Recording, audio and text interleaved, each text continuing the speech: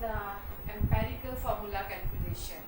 ठीक है, empirical formula कल के लेक्चर में मैंने आपको बताया था कि क्या होता है। उसमें मैंने आपसे कहा था कि ये आपके पास सिंपलेस्ट होल नंबर रेशियो होती है एटम्स की, जो कि कंपाउंड में प्रेजेंट होते हैं।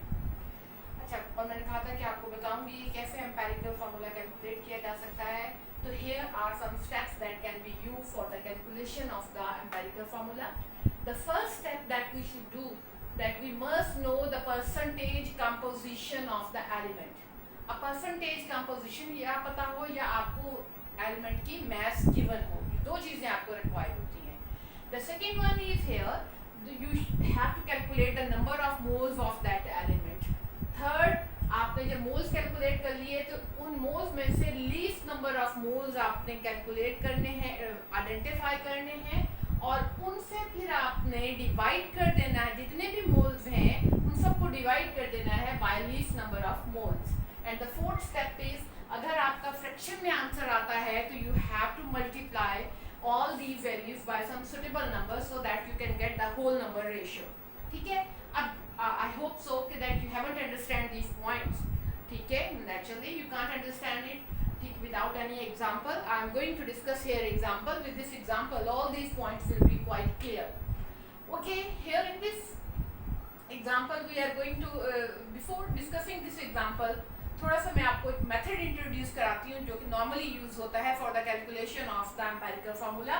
इस मेथड को हम कहते हैं combustion analysis method. What? Combustion analysis method. So here the empirical formula determination is being done by combustion analysis method. Combustion का मतलब होता है the burning of anything. अब वह कोई चीज़ तो तब बर्न करेगी जब उसके अंदर फ्यूल होगा, और फ्यूल के इंपॉर्टेंट कॉन्स्टिट्यूएंट्स क्या होते हैं? कार्बन है, हाइड्रोजन है आपके पास। ठीक है, ये मेन आपके पास जो है वो कॉन्स्टिट्यूएंट्स हैं which burn in the presence of oxygen. तो अब ये जो कंबस्शन एनालिसिस मेथड है, ये particular method is only use for the organic compound. सिर्फ ऑर्गेनिक कंपाउंड के एम्पेरिकल फार्मूला डिटर्मिनेशन के लिए इस्तेमाल होता है। What we do in this method, इसमें हम क्या करते हैं? This method is very simple. We take the organic compound of which empirical formula we want to calculate. ठीक है, आपको जो ऑर्गेनिक कंपाउंड लेना है you have to take it in the measured quantity, like आपने 1 gram लिया, 0.5, mostly we use the minute quantities, we never take it in the bulk। हम उसे kilograms में या grams में नहीं लेते, हम उसे less quantity में लेते हैं, maximum 1 gram तक हम ले लेते हैं। ठीक है, like आपने यहाँ पे 1 gram या 0.5 gram organic compound लिया। ठीक है, you will put it in a petri dish, ठीक है, which is pre-weighted। This one is your furnace। इस furnace के अंदर आपने इस ऑर्गेनिक कंपाउंड को रखा, इसमें ऑक्सीजन सप्लाई की, इसको कम्प्लीटली बर्न कर लेना है। जब ये आपका ऑर्गेनिक कंपाउंड बर्न होगा तो नेचुरली ऑर्गेनिक कंपाउंड की डेफिनेशन जो है उसमें कंपाउंड्स ऑफ कार्बन, हाइड्रोजन और देयर डेरिवेटिव्स हैं। तो इसमें कार्बन और हाइड्रोजन तो नेसेसरी होगी ही होगी। तो जो कार्बन होगा वो किस में कन्वर्ट हो जाएगा? कार्बन डाइऑक्साइड में। कार्बन रिएक्ट करेगा ऑक्सीजन के साथ ऑर्गेनिक कंपाउंड का, तो कार्बन डाइऑक्साइड। हाइड्रोजन रिएक्ट करेगा ऑक्सीजन के साथ, तो it will form there water, तो वो वाटर बनाएगा। इट मीन ये दो कंपोनेंट ऑर्गेनिक कंपाउंड के अंदर जरूर बनेंगे। तो अब वो जो आपके प्रोडक्ट्स बने हैं ऑर्गेनिक कंपाउंड की कंबस्शन से, तो हमने उन प्रोडक्ट्स को सेपरेट करना है और इनका वेट फाइंड आउट करना है। फॉर दिस पर्पस हमने यहाँ पे एक टैंक लेना है। इस टैंक के अंदर मैग्नीशियम आपके पास परक्लोरेट सोल्यूशन मौजूद है। ठीक है, ये आपके पास सोल्यूशन जो मौजूद है इसका वेट पहले से डिटरमिन्ड होता है, ये प्री वेटेड होता है। जब हम यहाँ से गैसेस को इसके अंदर पास करेंगे तो ये वाटर एब्जॉर्ब करेगा ओनली, तो इसके वेट पे फर्क पड़ेगा। लाइक अगर इसका वेट 50 ग्राम था तो वो 50.1 ग्राम हो गया, तो इट मीन 50.1 माइनस 50 वो आपके पास जो है वो वेट ऑफ वाटर आ जाएगा।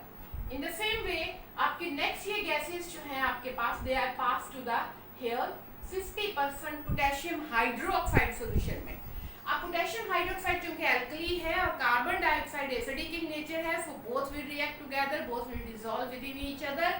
सो इट इज यूज 50% के वो एक solution is use as a carbon dioxide absorber के तौर पे इस्तेमाल होता है। अगेन ये प्री वेटेड है। अगेन सपोज इसका वेट 50 ग्राम था टैंक का, आप इसमें जब कार्बन डाइऑक्साइड एब्जॉर्ब की तो उसका अगर वेट हो जाता है 50.23, तो हम 50.2 0.23 में से 50 सब्ट्रैक्ट करेंगे तो 0.23 gram mass of carbon dioxide आ जाएगा। तो इट मींस कि कंबस्शन मेथड से जो भी आपके प्रोडक्ट्स बने हैं, ठीक है, mainly carbon dioxide, water, we will determine them by this method. हमने उनकी क्वांटिटी फाइंड आउट कर लेनी है। Whatever residual gases are there, they are simply go to the air, हम उन्हें इफ्लुएंट के तौर पर यूज करते हैं। Okay, now come to the example कि हम कैसे एम्पिरिकल फार्मूला को यहाँ पर डिस्कस करेंगे with the help of an example. Here I am going to use organic compound है, दैट इज 0.439 ग्राम है। ये कंपाउंड जब इसकी कंबस्शन की गई तो it gave 1.039 gram of carbon dioxide. बिल्कुल इस तरीके से जो मैं ऑलरेडी बता चुकी हूँ, उसने carbon dioxide the. 0.6369 gram of water दिया, ठीक है। यहाँ मैग्नीशियम क्लोराइड से फाइंड आउट करेंगे। Find its empirical formula. तो इट मीन आपके पास तीन चीजें यहाँ पे पता है। ऑर्गेनिक कंपाउंड का मास गिवन है, आपके पास यहाँ पे वाटर का मास आ गया, कार्बन डाइऑक्साइड का मास आ गया, और आपसे कहा गया कि find out it's empirical formula. तो पहला स्टेप जैसे मैंने कहा था कि हमें परसेंटेज कंपोजिशन पता होनी चाहिए, तो हमें यहाँ पे परसेंटेज कंपोजिशन लेनी है। किस चीज की? कार्बन की लेनी होगी, हाइड्रोजन की लेनी होगी, और कोई और एलिमेंट अगर मौजूद है तो परसेंटेज ऑफ कार्बन के लिए हमने क्या करना है? मास of carbon dioxide over mass of organic compound. OC stand for organic compound, ठीक है। इफ यू गेट कंफ्यूज तो मैं यहाँ पे लिख देती हूँ एक दफा, ऑर्गेनिक कंपाउंड, ठीक है। तो ये ऑर्गेनिक कंपाउंड का मास है, ठीक। अब इस कार्बन डाइऑक्साइड के अंदर क्या चीज मौजूद है? कार्बन। कल मैंने आपको परसेंटेज का फॉर्मूला बताया था, तो मैंने कहा था कि अगर आपके पास एक फॉर्मूला लिखा हुआ है, ठीक है, जैसे CO2 एक फॉर्मूला है, आपने इसमें से परसेंटेज कार्बन की लेनी है, तो इस एलिमेंट की टोटल मास कंपाउंड के अंदर डिटरमिन कर लेंगे। अब CO2 के अंदर कार्बन तो एक ही है, तो हम लिखेंगे मास of carbon over MR of carbon dioxide, क्योंकि ये कार्बन इस कार्बन डाइऑक्साइड के अंदर मौजूद है, इनटू 100। आपने उसे मल्टीप्लाई बाय 100 कर देना है तो आपका परसेंटेज आ जाएगा।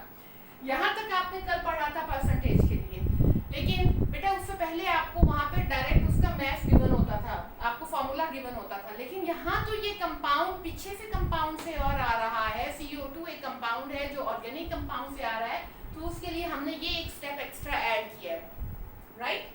ओके, आप यहाँ पे वैल्यू पुट करें। कार्बन डाइऑक्साइड 1.0393 ग्राम है, आपने mass of organic compound put किया।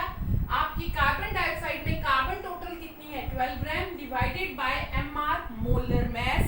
MR stand for molar mass, relative molar mass, ठीक है। ये भी आपको डेफिनेशन में इन फ्यूचर डिस्कस करूंगी डिटेल से, ठीक है। Over 44 carbon dioxide, 12 plus 32 comes out 44 into 100 आप करेंगे तो आपके पास परसेंटेज कार्बन की जो है वो 52.108 आपके पास आ गई। In the same way percentage of hydrogen आपने ली है। आपने मास ऑफ वाटर, कितना वाटर आया, कितने ऑर्गेनिक कंपाउंड से आया, फिर उस वाटर के अंदर अगर आप देखो H2O, तो इसमें हाइड्रोजन कितने हैं? यहाँ पे 2 ग्राम हाइड्रोजन है, कितने ग्राम वाटर के अंदर? 18 के अंदर। तो same mass of total hydrogen in water over MR of water multiply by 100। आपने यहाँ पे मास ऑफ वाटर जो इस मेथड से आपके पास आया, ये मास ऑफ आपके पास ऑर्गेनिक कंपाउंड है। हाइड्रोजन कितनी थी वाटर के अंदर? 2 ग्राम। फॉर्मूला देखने से पता चला। उसका MR कितना है? मोलर मास वाटर की 18 मल्टीप्लाई बाय 100, तो आपके पास परसेंटेज हाइड्रोजन की आ गई 13.11। अब हमने देखना है कि कोई और एलिमेंट भी मौजूद है कि नहीं है। अगर तो हम इन परसेंटेजेस को ऐड करें, रिजल्ट 100 आ गया, तो इट मींस कोई और एलिमेंट मौजूद नहीं है। लेकिन 100 नहीं आता, ये 52.108 है, ये 13.11 है, इट मीन इसमें तीसरा एलिमेंट ऑक्सीजन होगा। अब हम परसेंटेज ऑफ ऑक्सीजन कैसे लेंगे? क्योंकि परसेंट का मतलब है आउट ऑफ 100 पार्ट, तो हमने क्या करना है? 100 में से माइनस कर देनी है जितनी परसेंटेजेस पता है, ठीक है। आपके पास परसेंटेज कार्बन आ गई है, परसेंटेज ऑफ हाइड्रोजन आ गई, इन दोनों को ऐड किया। जैसे आपके पास 52.108 प्लस 13.11 ऐड करके 100 से सब्ट्रैक्ट कर दें। अगर तो आंसर 0 आ गया तो इट मीन ऑक्सीजन 0 है, और अगर सम आंसर कम्स आउट तो that will be your oxygen that present in the compound.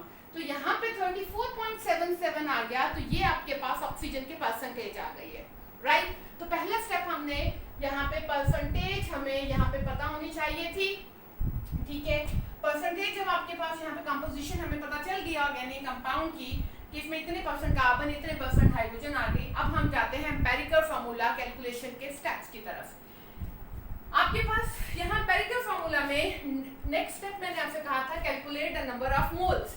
Number of moles के लिए आपको दो चीजें चाहिए, या तो आपको परसेंटेज एलिमेंट की पता हो या आपको उसकी मास गिवन हो। जैसे को कह दे जी with in an organic compound आपके पास जो है वो 2% कार्बन इज प्रेजेंट, ठीक है, तो आप 2 divided by mass of carbon करेंगे। या वो कह दे इन अ गिवन कंपाउंड आपके पास 1.08 gram of carbon is present, तो आप 1.08 को 12 से डिवाइड कर देंगे। So you will come to know here the mass of आपके पास या परसेंटेज ऑफ कार्बन की तरफ आ जाएंगे। तो एम्पिरिकल फार्मूला कैलकुलेट करने का एक इजीएस्ट वे होता है कि जितने भी एलिमेंट्स हैं आप उनको रेशियो प्लेस करके यू सेपरेटली लिख लें, ठीक है। देन आपके पास नेक्स्ट स्टेप क्या है, मैंने बोला था calculate the number of moles. Number of moles का फार्मूला होता है गिवन परसेंटेज और mass divided by AR relative atomic mass. ये बहुत इंपॉर्टेंट पॉइंट है that you have to keep in mind कि कभी भी आपने मॉलिक्यूलर मास नहीं लिखना होता, आपने हमेशा एटॉमिक मास लिखना है। स्टूडेंट गेट कंफ्यूज कि वो एलिमेंट्स जैसे हाइड्रोजन है ये डायटोमिक फॉर्म में होता है, या ऑक्सीजन है वो O2 की फॉर्म में होता है, तो they usually divide the given masses by the molecular masses। इसको मॉलिक्यूलर मास से डिवाइड नहीं करना, आपने रिलेटिव एटॉमिक मास से डिवाइड करना है। तो आपने यहाँ कार्बन है, ये इसकी परसेंटेज थी 52.108, you have divided it by 12। Hydrogen की परसेंटेज 13.11, आपने उसे 1.008 से डिवाइड कर दिया। Then oxygen 34.77, you have divided it by 16। एक ऑक्सीजन का मास 16 होता है, right? Okay, when you have divided, ये आपके पास मोल्स आ गए हैं, ठीक है, 4.34, 13.01, 2.17। जब मोल्स आ गए तो आपने इनमें से least number of moles select करने हैं। तो लीस्ट नंबर ऑफ मोल्स में आपके पास 2.17, this one is your least number of moles, ठीक है।